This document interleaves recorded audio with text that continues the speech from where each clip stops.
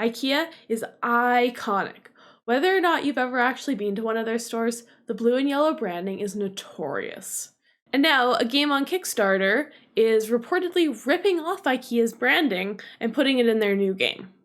Am I a lawyer, and do I know the legalities behind this? No, but let's check it out. The game is called The Store is Closed, Infinite Furniture Store Survival Game, and it is a horror game. You must explore the store alone or with your friends, because I think this has co-op mode, to find a way out. Luckily, the store is filled with furniture that can be used to craft weapons or build fortifications to survive the night. Eventually, you'll wander too deep into the store and attract something dangerous. The managers. The game currently isn't released. Right now, the developer is actually running a Kickstarter campaign so he can have more funding to complete the game. The game's anticipated to come out Q3 of 2024.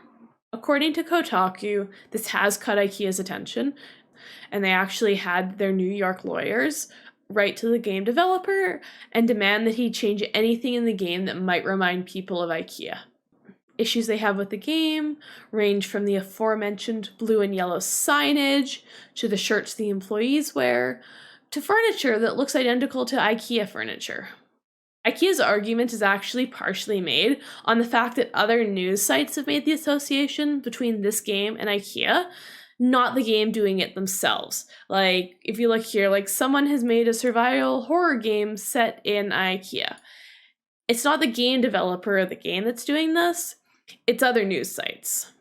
Now, according to Kotaku, there's nothing in the game that actually says IKEA, but it's very clear that IKEA's lawyers just don't care. And as a result, IKEA is coming after the developer under some section of the US Trademark Act that I don't know, of unfair competition and false advertising laws. So once again, I am not a lawyer, I know nothing legal.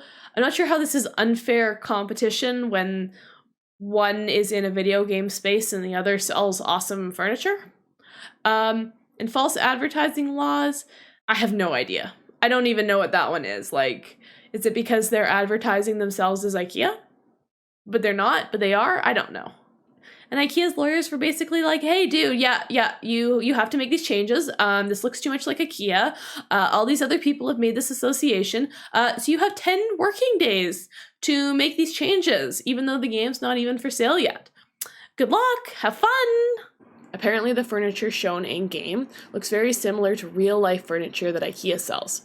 However, the game developer says that he bought the furniture in a pack, so he didn't actually create the furniture himself. Another similarity between the game and real-life IKEA stores apparently is these gray walkways. Though I don't know if that's like a proprietary IKEA thing. Like, I feel like the blue and yellow branding is a lot more IKEA than this. Okay, this part here is kind of damning. Swedish meat, now 79% flesh. If you had the word like ball at the end of this and like beef or something here instead of flesh, I think that would be very similar to the Swedish meatballs that IKEA serves. Like, associations like this seem to make it feel like the developer was trying to like rip IKEA off and maybe be haha funny about it. This is a meme. But now he's found himself in hot water and with a potential lawsuit. And I do understand where IKEA is coming from here. Like, I can see how this is going to get them bad press. People might make an unconscious association in their mind between a horror game and IKEA, and it might stop some people, unconsciously, from wanting to go to IKEA, and it might just cloud their judgment of IKEA a little bit. Like, I do understand IKEA wanting to protect their brand. But is this taking it too far? He just needs to change his color scheme and some design choices and make it just look more like a generic or a different big box store that's not associated with IKEA. It's interesting to note that the developer actually bought generic furniture asset packs to make the game, so he wasn't the one who actually designed the furniture he's using in the game. So does that mean IKEA should be going after someone else, or him, or what? I don't know. And the game having a gray path on the floor, having paths on the floor or things to direct people where to going, it's fairly common. But it is interesting that it's the same color. And whether or not you think this is fair, this guy needs to make these changes. Like, Unfortunately for him, it's not worth his time and effort to fight IKEA over this, whether or not IKEA is in the right or wrong. That's just the truth of going up against a giant business, whether or not the little guy is right or wrong.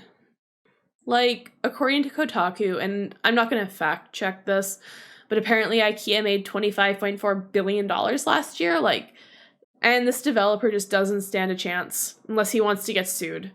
And if he gets sued, he'll probably lose. And it'll cost him a ton of money. But what do you think? Do you think IKEA's in the right here and this game is clearly ripping off the branding of IKEA? Or do you think it's just a coincidence? And because this game is an outright name-dropping IKEA, that the developer is actually in the right here and he shouldn't have to make changes to his game?